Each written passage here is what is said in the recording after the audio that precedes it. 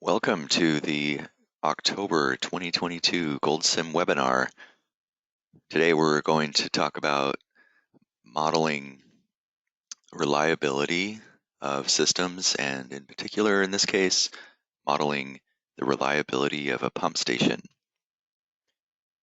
In GoldSim, you can use a module that's called the reliability module, and within this module there are two additional types of elements that allow you to simulate the failure modes, the possible failure modes of components of a system. And so what I'll be doing today is first I'll just demonstrate a model that is available in our library that uses reliability and demonstrates how it might be used in a system involving hydraulics, pump stations, a tank, water related, but it could be used in many other types of applications as well. So starting off here, this model that we're looking at, there's a lot going on here. So let me just kind of back up and talk about what this model is simulating. And by the way, if you have trouble hearing me or seeing my screen, you can ask questions, comment in the GoToWebinar dashboard there. There's a little chat box that you can type questions in, and I would be happy to answer those as we go along. All right, so this model, there's a dashboard here that we're looking at. I've just run this model for 20 realizations, and it's run for a period of about 6 years with very small time steps. With a reliability module, typically you're looking at more detail of equipment, and because of that higher level of detail, typically you would see smaller time steps in models like this. And because of that, we're going to be looking at details that perhaps in some water management type models you might not get into. Details such as the components of a pump, the impeller, well, I'll show you the parts of that. You might look at a lot more detail on how these pumps are operated, how they are triggered to be turning on and off. Those kinds of things are more important in a reliability type model. So the overall system is shown in this schematic diagram here, where we've got a pump station drawing water from some source that has always plenty of water, and then it delivers water to a tank based on its water level. So the pumps are receiving information from the tank. Imagine you have a level sensor, such as a pressure transducer at the tank, and it is sending a signal to a computer that will allow you to monitor its water level over time in a continuous fashion. That information can then be sent to a controller at the pump, which then, using one of multiple types of control logic, can operate the pump automatically. And so it's a pretty standard, pretty typical scenario. But what we want to do is we want to say, well, over the years, as this pump is operating under various conditions, that it could fail, or parts of it could fail. So we want to model that part, and that's what the point of this model is doing. If the pump fails, then the water tank will not receive the water, and the water level will drop down to a point at which it will not have enough water to supply to whatever it's trying to give water to. In this case, we're saying there's some critical process that must be running that requires the water, and so we want to make sure that we are able to provide this necessary amount of water over a continuous period of time, long period of time. And we're also going to implement a backup pump. and that's shown in the graphic here. We've got pump 1 and backup. So the purpose of the backup pump is to start up should the pump 1 fail or be put down for maintenance purposes. So that's one of the cool things about the reliability module is you can implement, you can simulate, I should say, you can simulate the process of um, maintaining, shutting down equipment for preventative maintenance, for repairs, for replacing equipment. And so that's the kind of thing that this model is doing. Okay, so if these plots down here, they're more useful when you're looking at a single realization. So I'm just going to expand this one and look at just a single realization. So this is one possibility of what could have happened through time, looking at the water level in the tank. And you can see there are times when the water level drops down significantly, just at certain times. Well, these happen to be the times that the pump was down. The pump was not operating. And so what we're trying to do is avoid those, especially at times when it drops very far down to the point where it cannot deliver water, and then we have a shortage. And so we're also in this model tracking whether or not we have a shortfall. And so the shortfall is essentially the times when the tank cannot deliver. Okay, I also want to look at the reliability of the pump itself, the pump station. So I have a button here that opens up the properties of the reliability element, and I'll talk about how these reliability elements are built. But when you're in result mode, you can look at the reliability elements information and results of the reliability element. So this is kind of a unique type of element. Typically in GoldSim, you need a separate result type element to see results. But in here, we are able to see results within the element itself, and there's just these different tabs. One of the tabs is called results, and it shows you overall the availability of the element and its reliability. And you can also see information about how it failed or what caused the failure. And so what we see here is a plot of the causal analysis, and you can expand the components of the all of the components that are contributing to the operations of this pump, and so and see how it failed. And so if I expand this, you see there's quite a few components here. We're running out of space, so we can click on this button to expand it, and then we could make this much larger, and then we can look at more details. This is essentially telling us that these are the ways that this pump station have failed. These at the top level here. So if I collapse these down, these are the ways that it has failed. State 5, it's failed 1% of the time, and then these following ones, it's failed less. It's less possible that it would fail these other states. But if we look at the state 5, you can see that it is when pump 1 is offline due to maintenance, and then the backup pump didn't turn on. And that could happen if, say, for example, there was user error, operator error, or perhaps the equipment used to start the pump up, perhaps it needed power and didn't have any, then it would be turned off.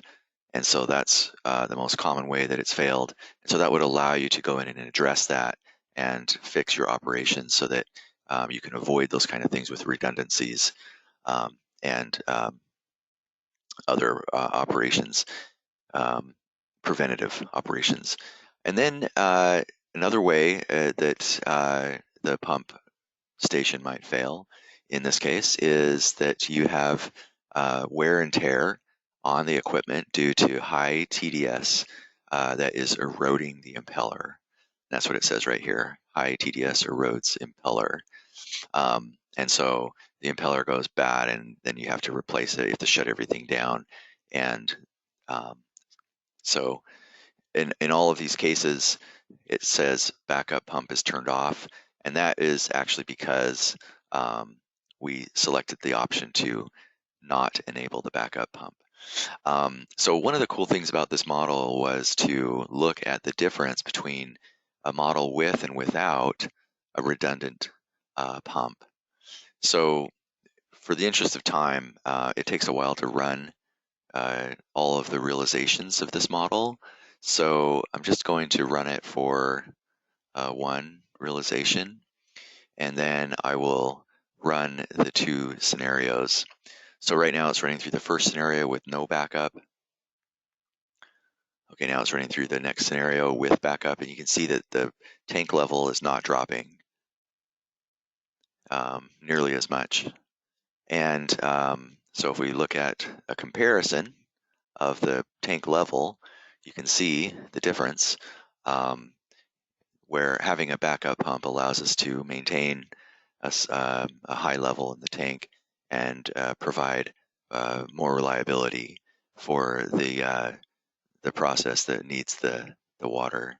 Okay, so this, I don't want to get too much into the details of this, but some of the concepts I'll be working or talking to you about will cover the method, how I set this up, and how we do things like have high TDS water impact the reliability of our pump station.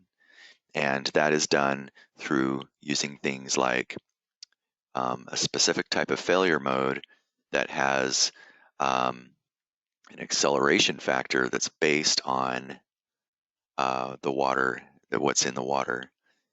In the case of this model, we're looking at TDS and temperature of the water as contributors to accelerating the degradation of the components of this system. Okay, so before I get very far into this, I wanted to just describe a couple of things about the reliability elements. The main thing is its output. The output of a reliability element, one of the main outputs is one of these numbers, and I put this table here. You can look this up in our documentation as well, but there is what's called a component status, and that is an output of the model, and it's really just the main output of any reliability element. If it's a value of 0, it means all the requirements are met. So it has everything it needs to run. It hasn't failed or anything, but and it's operating normally. So a 0 would be something you would want to be able to operate. The next one, number 1, if it has a value of 1, it means preventative maintenance is underway. It means it's not failed, but it can't operate.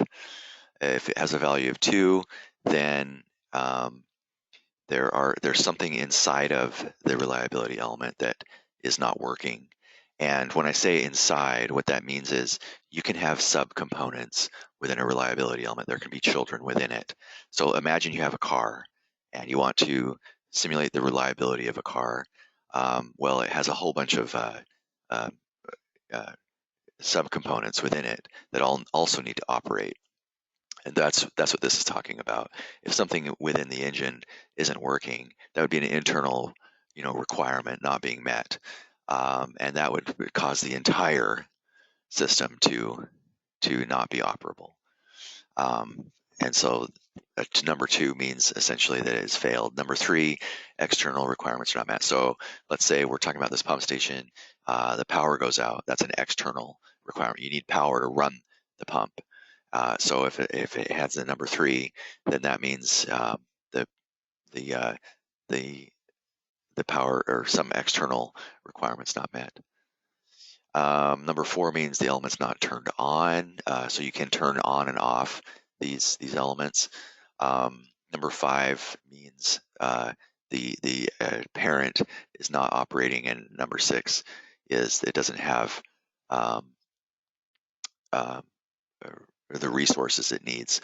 So resources is a whole nother topic. I'm not going to get into it very much, but you could, for example, if you're repairing and replacing parts in a system, you might want to have a stockpile of parts available to draw from in order to replace those parts. But if you don't have enough resources or you run out of parts, then you would get a number 6. Okay, so there's a lot going on in this model, so I'm just going to back up a little bit and talk about reliability in a simpler way so that it's a little bit easier to digest here. But like always, I highly recommend that you go to our help system. If you click on help, you can scroll down in the contents to where it says reliability module and just start reading through it. It's really good documentation and talks about all of the parts of it. So there's a lot to cover, and I definitely can't do it justice in the time frame of a webinar, but hopefully this helps you see kind of some of the things you can start doing with this module. Also, it should be noted that by default, if you have a regular GoldSim license, you will be able to play with the reliability module. I think you can use up to 10 reliability elements, but if you want to do a real reliability type model, you're going to need to access the reliability module itself. But for some of these for these tutorial examples that come with the software, by the way, you can get those by you go up here to File, Open Example, and then go to Reliability Examples. You'll see a whole bunch of them in here. So I highly recommend that you review those. And here's one of them. It's called User-Defined Control Variable Mileage. Yeah, there's a let me just start with the basics of a reliability element. So up here in your toolbar, one of the categories is reliability element. And again, you'll have to enable the reliability module. You can do that if you go over here to Model Options and then go to Modules. And you can see mine says Reliability Professional. That means I can use as many reliability elements as I wish, but by default, if you don't have that module, then it will say Reliability Trial or something like that. I don't remember the wording, but it's not the professional one. It would just be the one to try it. Okay, so you can select one of two types. We've got the reliability function component and the reliability action component. And the function component is used to represent a piece of equipment that is needs to be continuously or operating over a period of time. A motor is a really good example of one of those. The reliability action component is something that triggers discretely in at periods of time, but is not a continuously operating piece of equipment. So a spark plug is a really good example. A switch, an on-off switch. These things can go bad, right? And so it's important to be able to model those as well. So with a reliability action component, you could simulate, for example, an on-off switch that tells a pump to turn on and off, and or a starter in a car, for example. And you might have all the systems in place to trigger this thing to turn on, but if it has failed, then when you go to turn it on, you might do the action of turning on, but it doesn't actually turn anything on. So that's what you would use to model that type of system. So here in this example, we're simulating a car, and we're looking at a few components within the car: the brakes, tires, the steering, and let's see what else. If I open this up, we're looking at, and I can find out by looking at a couple of things. First of all, in our operating requirements, you see it has internal requirements. It actually has both external and internal. But there are no specified external requirements in this case. So it's all just internal. And in the internal, you see there's a symbol here that's an and symbol. It means everything in here must be working. And you can see that it's got the not symbol in front of it. These symbols you can also see if you go up here to in our functions elements, you'll see those here. So the same kind of symbol. That's the kind of thing we're looking at. But this is a not, so a not failed, right? So for the internal requirements to allow this system to operate, the tires must not be failed, brakes not failed, steering, engine, all these things must not be failed, all of them. And that's why it's an and right here. You can add more if you would like, the plus, and you can edit them. But these are also just added when you put subcomponents into a reliability element. So that's another way to have internal requirements. Right now, these are just failure modes, different kinds of failure modes. These are different ways that our system can fail. And those are specified up here in the failure modes tab. So if you go here, it will show you all of these different failure modes for each of the subcomponents. So for tires, it's defined as a normal, and you can see the different types if you click add, by the way. These are all the different types of failure modes. You can read about them if you click the help here. What we're looking at right now is this one that's called normal, and you can read about it. It says the user specifies the failure distribution with respect to the control variable, inputting the mean and standard deviation. Okay, so that means what we have to do is we have to say there's some sort of control variable that we are monitoring. Okay, in this case, it's the mileage of the car. We're monitoring that over time. It's slowly increasing over time. Every time we drive it, it adds to this number. And when this number reaches this value, then, and with a standard deviation of this, so it's not deterministic, right? It's a range. There's a probability associated here with it. When it meets that value, then the tires will no longer work, right? And the system will fail. And then in addition to that, we can have an acceleration factor that's based on our user control variable. And that's how we make the link between mileage and a failure, is by clicking on this settings button right here. So when I click on this, it says, okay, what is your control variable? It's actually called failure modes control variable, FMCV. And so we just link that to mileage, which we're keeping track in the model. And you can put acceleration factors on these. You could say that as something ages, it increases faster and faster as it gets older and older. But we just have an acceleration factor of 1. But here's the key right here. If you repair it, then set the control variable back to 0. Okay, so that's pretty nice. It's handling that all internally. We don't have to, reset our control variable outside and figure out, okay, we went this many miles, but we replaced something, so let's reset the miles. We don't have to worry about any of that. And it's on a per failure mode basis. So they're all independent of each other, looking at mileage in their own way.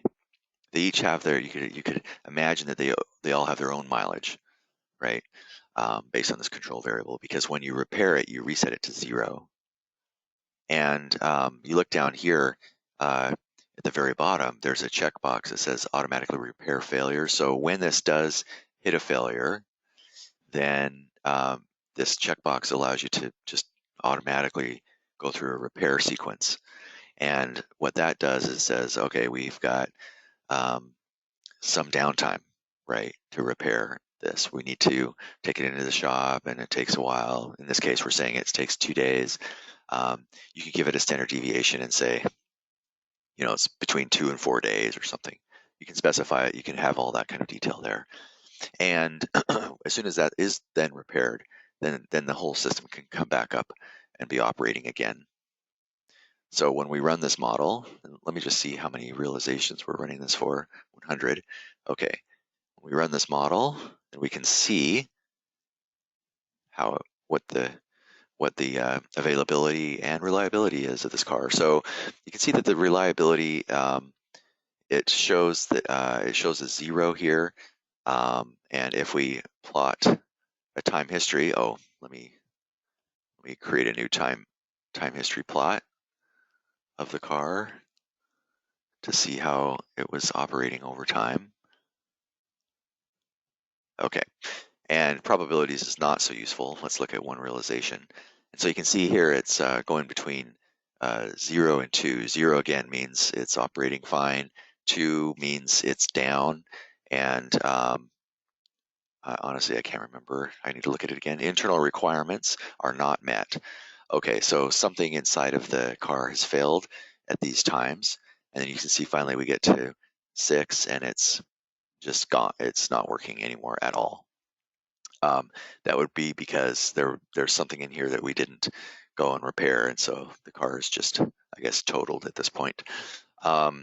So we can look at what caused the failure, what caused the car to stop working. So now we can open this up and come over here and look at the causal analysis display and see what caused it. 32% of the time, it was the engine. 0.4% of the time, it was the steering. 0.3% steering and engine. So that's you can also look at root a little bit. You can look at it a little bit different way. Root cause. You can just see basically what are the root causes and their percent. And so the biggest contributor in this case is the engine. Okay, so that's looking at control variables. Let's look at another model. In this case, we are looking at the difference between internal requirements and external requirements. So with internal requirements, you might have a logic tree that you can look at if you go to the main properties of the element. And you can see here, it's got internal requirements. In this case, it either needs to have this child function operating or a status that is set to true. And we can go in there and look at it. If I go into this element,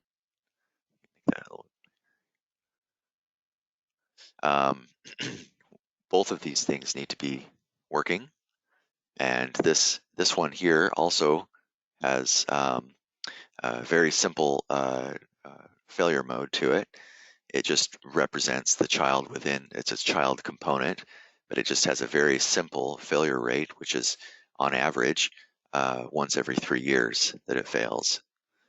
And then this one here is just a status element that just says at a certain time it's going to become true. So then you can look at both of those things need to be true in order for the entire element to be operating. And then you can have external requirements. So there might be an external function here. This needs to be operating in order to allow this element to be operating. And the way that you make that connection is simply by clicking on this add RL component, and then just reference the external element. And that was done here. Oh, sorry, that was done, yeah, that was done here. So there's external and then there's internal.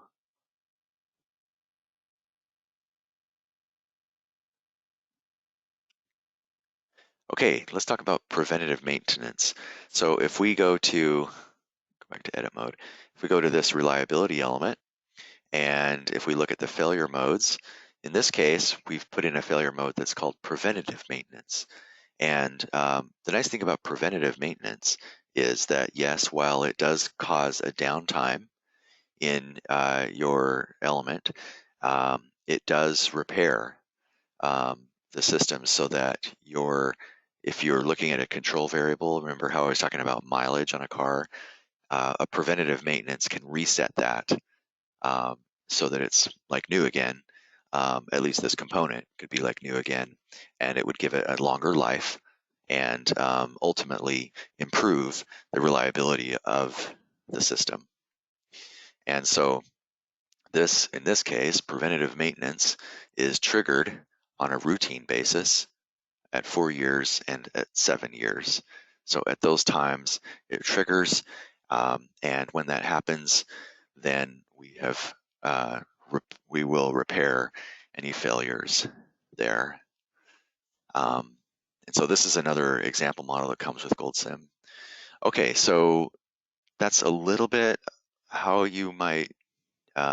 There's a lot more examples out there on how to use reliability, but we just don't have time to walk through all of them.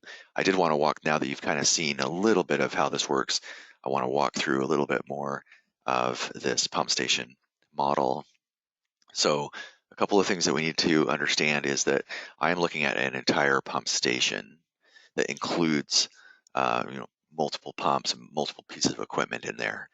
And also it includes all of the operating controls for the pump.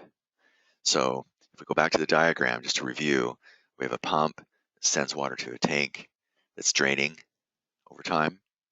And then the pump is turning on when the water level drops down and shuts off automatically when the water level rises above some target level. And so it's a very common way to operate a pump. If I go into the pump station, you can see that inside of a reliability element, you can put other things besides just other children or child reliability elements. So in our case, I've got 2 pumps inside. One of these pumps must be operating for this thing to be working. So if we look at the operating requirements of the pump station, you can see that there's an OR in here.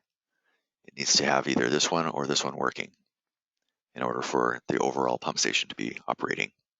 Not both of them, just one or the other. Okay, so we know that part. If we come in here, we see pump 1 and pump 2. Well, back up and then pump 1. These are essentially duplicates. They pretty much do the same thing operationally, but pump 1 is the default pump. We could look at other things like alternating when either of them runs so that you can expand the life. You don't wear one pump down more than the other, for example, so you could alternate. We're not doing that in this model, but that could be done. But if you look at the pump requirements itself for this one pump, you can see that it has internal requirements. And the internal requirements are, and I just kind of simplified it, it's got an impeller and a motor. But in the impeller, I'm going to expand this here. For the impeller, there are 3 ways that it could fail. The seal could fail. And by the way, this model was developed looking at manufacturer data for a real pump, and also looking at some literature out there on what might cause damage to components of a pump, but not it doesn't.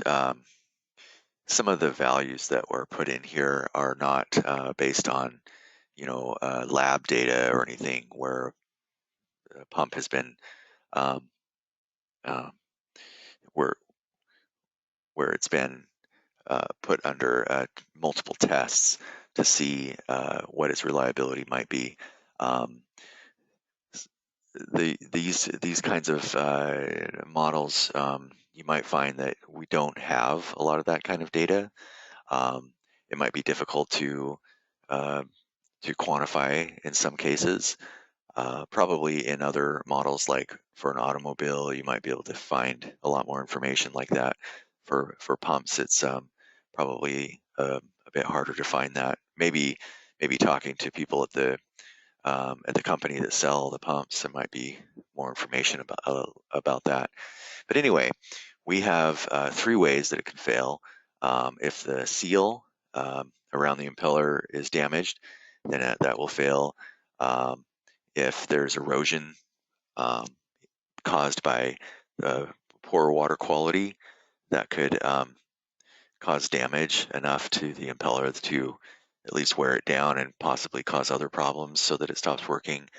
And then high water temperature, in this case, increases the corrosion potential. And so let's go in to the model and see how that, oh, let me first go to the failure modes out here. Okay, so the seal and the high TDS causing erosion, those kind of things, those are all defined inside in child elements.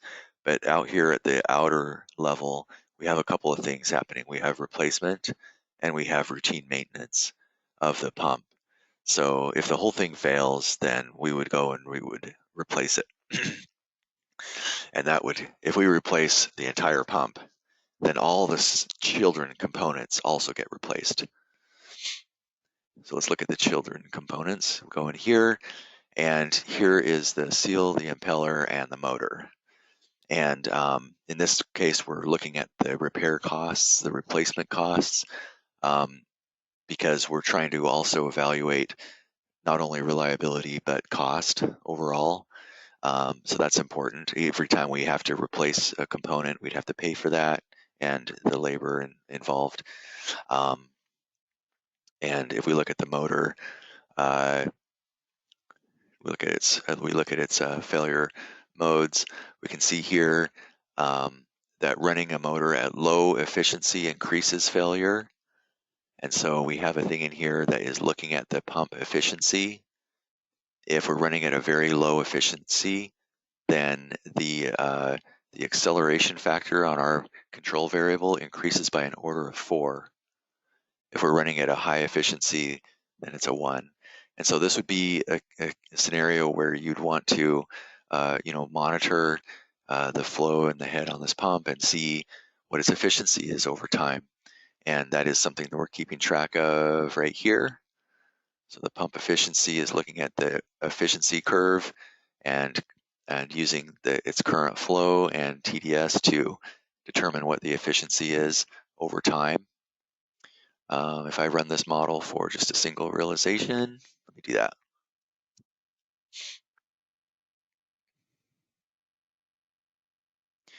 And we can see what its efficiency is running at. I'm not sure why I have just a dot here. There's probably a reason for that. Oh, I know, because when the pump is turned off, it's a value of 0. So I wasn't interested in seeing that. Okay. But you can see here it's running, for the most part, it's running between 70 and 95% efficient. But there are times when it's dropping down, and these would be times when it's kind of hard.